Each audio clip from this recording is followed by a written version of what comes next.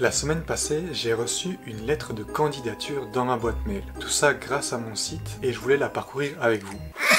Comme vous le savez peut-être déjà, je suis freelance dans le graphisme, le web, la photographie et je donne aussi des formations. Mais c'est vrai que moi en fait je suis juste tout seul dans mon entreprise. Donc du coup, que j'ai des lettres de candidature, bah on va dire, je suis content d'en avoir. Au final, je veux dire, c'est un peu me flatter parce qu'au final, c'est vrai que je ne saurais pas accueillir ces personnes-là dans mon entreprise puisque je resterai solopreneur pendant au moins un bon bout de temps. Ce qui a attiré mon attention dans cette lettre de candidature, vous avez vite remarqué, c'est en fait que cette lettre de candidature a l'air assez informelle en fait. Je vais vous passer évidemment toute la grosse partie de lecture et donc je vais revenir seulement sur les points qui me semblent les plus spéciaux. On commence d'abord par « Je suis ravi de vous adresser ma candidature pour rejoindre votre compagnie de design. Je cherche constamment à élargir mes horizons et à acquérir de nouvelles compétences et votre entreprise représente pour moi une occasion exceptionnelle d'apprendre et de me développer davantage dans un environnement dynamique et créatif où l'on valore l'innovation. » Du coup, je pense que déjà avec cette simple phrase, on est d'accord, c'est du ChatGPT.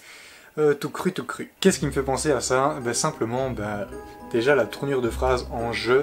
Alors jusqu'ici, on n'a vu que 2 phrases, mais ça se répète tout au long du mail. Donc c'est pour ça que je parle de cette répétition de « je ». Première personne, c'est souvent quelque chose qu'on va retrouver comme défaut, je veux dire, dans la rédaction de ChatGPT. Ensuite, pour moi, ce sont vraiment des mots qui sont beaucoup trop bateaux, en fait. La créativité, l'innovation, etc. Alors qu'au final, sur mon site apparent, finalement, il n'y a pas tant de choses qui sont en représentation de l'innovation, etc. Moi je fais du graphisme, voilà, c'est plié, c'est emballé, voilà. Alors non, plus sérieusement, voilà, c'est vrai qu'avec mes clients j'essaie de quand même être un peu caméléon avec leurs projets. Après c'est sûr qu'au final, quand même, dire de là, je fais de l'innovation, etc., ça me semble un peu gros en fait. Ce qu'on peut aussi cerner par rapport à tout ça, c'est l'utilisation aussi de mots genre exceptionnel, expertise, etc. Pour moi c'est des mots qui sont vraiment... ouais, c'est bien de les utiliser, mais bon, pas dans un contexte comme ça. Il me semble qu'il y a des mots qui sont plus adaptés à cet usage-là que dire exceptionnel, expertise, etc.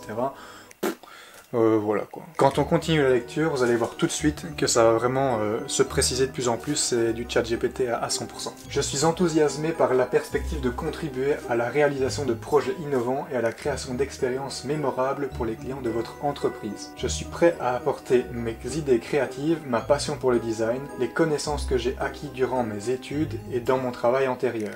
J'apprécie aussi que vous ne vous contentez pas de répondre aux besoins des clients, vous les anticipez et vous allez au-delà pour créer des expériences uniques et percutantes. Cette approche alignée avec ma vision du design graphique et de la communication m'incite à souhaiter ardemment rejoindre votre équipe. Je crois qu'à ce moment-là, il n'y a plus trop de doutes. On est bien sur du ChatGPT. Moi, ce qui me donne en fait la puce à l'oreille, c'est simplement qu'on dirait que le prompt a été vraiment généré genre première ligne et on a copié le texte. Pour moi, il y a une meilleure façon d'utiliser les prompts et je vais vous montrer ça tout de suite. Si vous voulez utiliser ChatGPT pour votre lettre de motivation, allez-y, franchement, faites-vous plaisir. Mais juste... faites comme on le fait toujours, révisez un peu la chose et renvoyez le prompt plusieurs fois, histoire d'avoir plusieurs façons d'écrire en fait, simplement, et que ça soit un peu plus naturel. On y va, c'est parti. Pour commencer, il faut lui donner un contexte à ChatGPT. Il faut lui dire que voilà, il est un recruteur RH dans une agence de com, qu'il va t'aider à réaliser ta lettre de motivation naturelle et qui donne envie d'être lue. Avant de rédiger quelque chose, évidemment, je vais lui demander qu'il attende que je me décrive moi-même et je lui demande quand même s'il a bien compris. À ce message-là, il a bien compris, bien sûr, nanana, je suis bien recruteur RH dans une agence de com, blablabla. On va commencer et je vous invite à vous décrire afin que je puisse mieux comprendre votre parcours, vos motivations et vos compétences. Je lui ai aussi demandé qu'il fasse des réponses plus courtes parce que bon, voilà, on n'a pas non plus 3 heures à passer là-dessus. Et sur ce coup-là, il me faut un petit coup de pression et il me dit bien compris, pouvons-nous commencer par votre description pour la lettre de motivation.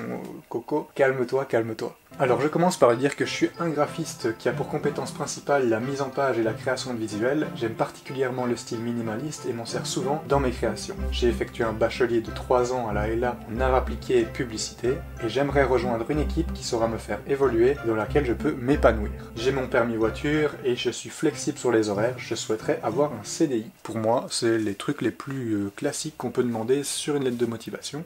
Donc on va voir ce qu'il nous crée. Alors là, dans la même optique, je vais vous passer un petit peu certains passages, histoire que vous voyez pas, vous n'avez pas 3 heures à vous passer la lettre de motivation. Dans un premier temps, voilà, il me met je me permets de vous adresser ma candidature en tant que graphiste au sein de votre agence de communication, passionné par la mise en page et la création visuelle. Mon expertise principale réside dans la réalisation de design minimaliste et percutant. Titulaire d'un bachelier de 3 ans en art appliqué publicité de la LA, j'ai acquis les compétences nécessaires pour développer des concepts innovants et créatifs. Mon parcours m'a permis d'explorer diverses techniques et approches, mais c'est le style minimaliste qui m'inspire le plus et que j'applique régulièrement dans mes créations. Alors je m'arrête là parce que la suite on n'en a pas besoin. On va déjà en fait le corriger parce que pour l'instant, de nouveau comme je le disais juste avant, au tout début de vidéo, on est beaucoup trop en truc trop professionnel, trop global. Donc je lui dis, parle un peu plus comme un étudiant qui cherche un premier emploi, car les mots expertise, percutant, innovant me semblent trop précis. À ça, il corrige correctement sa réponse, mais pour moi, il y a toujours le problème du jeu. J'ai envie qu'il régénère plusieurs fois sa réponse. C'est comme ça en fait qu'on va éliminer toutes les erreurs qu'on peut distinguer avec ChatGPT. Je lui demande donc, formule les phrases différemment qu'en jeu, avec une énorme faute d'orthographe à phrase. Voilà, à ce stade, en fait, on se retrouve avec une lettre de motivation qui sera un peu tournée autrement.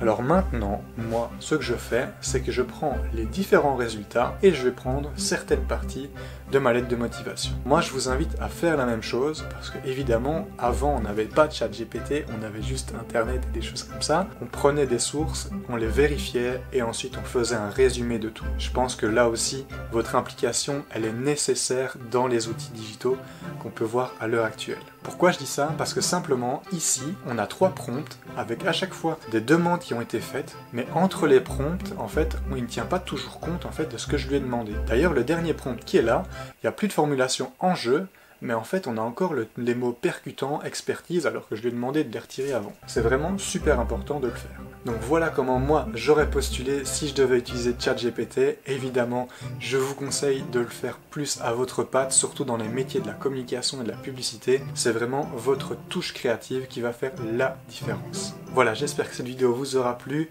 Nous on se retrouve dans une prochaine, on parlera peut-être d'IA. Évidemment, n'hésitez pas à liker, à laisser un petit commentaire, mettre votre ressenti par rapport aux IA, et n'oubliez pas de vous abonner évidemment. Et moi je vous dis à la prochaine. Allez, ciao!